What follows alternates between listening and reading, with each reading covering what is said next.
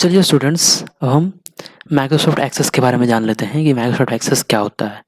और बेसिकली हम यहाँ पे जानेंगे हम माइक्रोसॉफ्ट एक्सेस 2016 के बारे में। ओके, क्योंकि माइक्रोसॉफ्ट एक्सेस बहुत होते हैं, जैसे कि 2007 है, 2010 है, 2016 है, 2017 है, 2019 है ना। सो ये सब क्या है, सिर्फ ये सब क्या वर्जन है माइक्रोसॉफ्ट एक्सेस का। ओके, सो यहाँ पे एक्चुअली में हम किसके बारे में पढ़ने वाले हैं, माइक्रोसॉफ्ट एक्सेस 2016 जो कि लेटेस्ट है हमारा। सो इसमें सबसे पहले हम जानते हैं कि क्या होता है।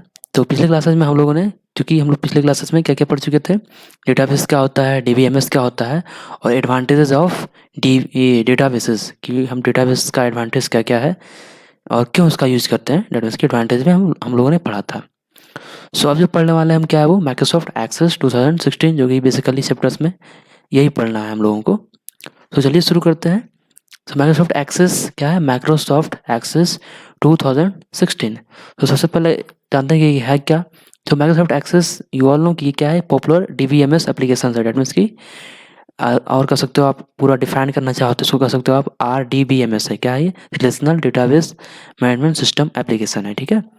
So what is this, Microsoft Access is one of the popular DBMS applications. क्या है ये, Microsoft Access is one of the popular DBMS applications. Its latest version is MS Access 2016. Okay, इसका ये Access 2016 जो क्या लेटेस्ट वर्जन है Microsoft Access का।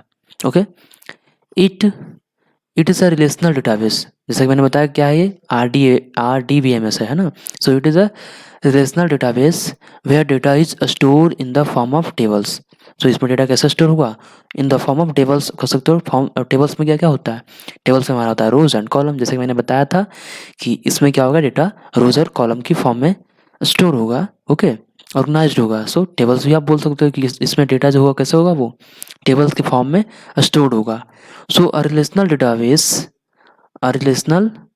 database uses multiple tables to organize data and creates relationships between these tables to retrieve data. So यहाँ पे क्या होता है कि जब हम डेटा लिखते हैं, जब डेटा क्या करते हैं, स्टोर करते हैं MS एक्सेस में, तो वहाँ पे क्या होगा, हम मल्टीपल टेबल का यूज करेंगे डेटा को ऑर्गेनाइज करने के लिए। ठीक है, एक से अधिक टेबल्स को यूज करेंगे और उन दोनों और जितने भी टेबल्स होंगे उसके बीच में क्या करेंगे, रिलेशनशिप बनाएंगे। Okay, for retrieving data. Okay, तो इच क्या बोल रहा है, piece each specific piece of information in a table is called value. Okay,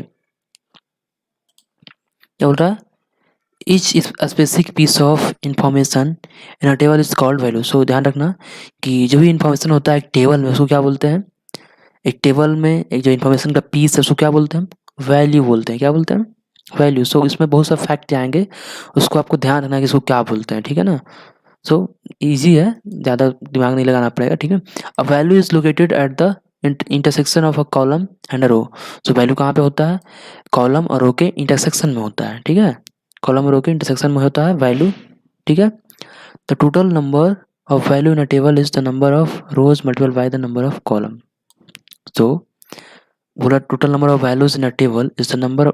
जब वैल्यू का, ये वैल्यू कैसे निकालते हैं, मीन्स कि किसी टेबल में वैल्यू है तो उस टेबल में कितना वैल्यू है, टोटल वैल्यू कितना है, वो कैसे फाइंड करेंगे। तो इसके लिए क्या है, एक फॉर्मूला टाइप का दिया गया, क्या है, तो the total number of value in a table is the number of row multiplied the number of columns. जितना रो है जितना कॉलम है उसको क्या करो, मल्टीप्लाई कर दो, उसका हो जाएगा, वो उसको बोलेंगे हम वैल्यू। वही हमारा क्या हो जाएगा, वैल्यू हो जाएगा। जैसे जस्ट देखो यहाँ पे आपको मैं टेबल बना के दिखाता हूँ। ठीक है, ओके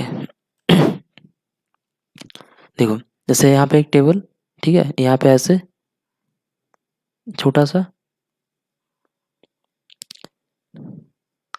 ये क्या है, एक टेबल है। ओके, सो अब हम क्या निकालना चाह रहे हैं, हम चाह रहे हैं, ओके रो ही बना देता हूँ, रो अभी नहीं बनाया है। ठीक है, सो यहाँ पे जो होता है उसको क्या बोलते हैं, वैल्यू बोलते हैं। ठीक है, इसको क्या बोलते हैं, वैल्यू।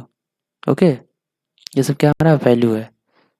सो अब टोटल नंबर ऑफ वैल्यू निकालना, तो क्या करेंगे हम, जितना रो है जितना कॉलम है उसको क्या कर देंगे, मल्टीप्लाई कर देंगे आपस में, तो क्या हो जाएगा, हमारा निकल जाएगा टोटल वैल्यू। सो कितना रो है, 1 रो 2 3, ये 3 रो हो गया एंड कॉलम कितना हो गया 1 2 3 3 भी क्या है मेरा कॉलम है। सो एफ निकल के कितना हो 3 3 जा 9। So this is our value. समझ में आया? ये क्या यही हमारा वैल्यू हो गया। तो वैल्यू किसको कहते हैं आपको समझ में आया होगा अब तक। ठीक है। So that's all for today.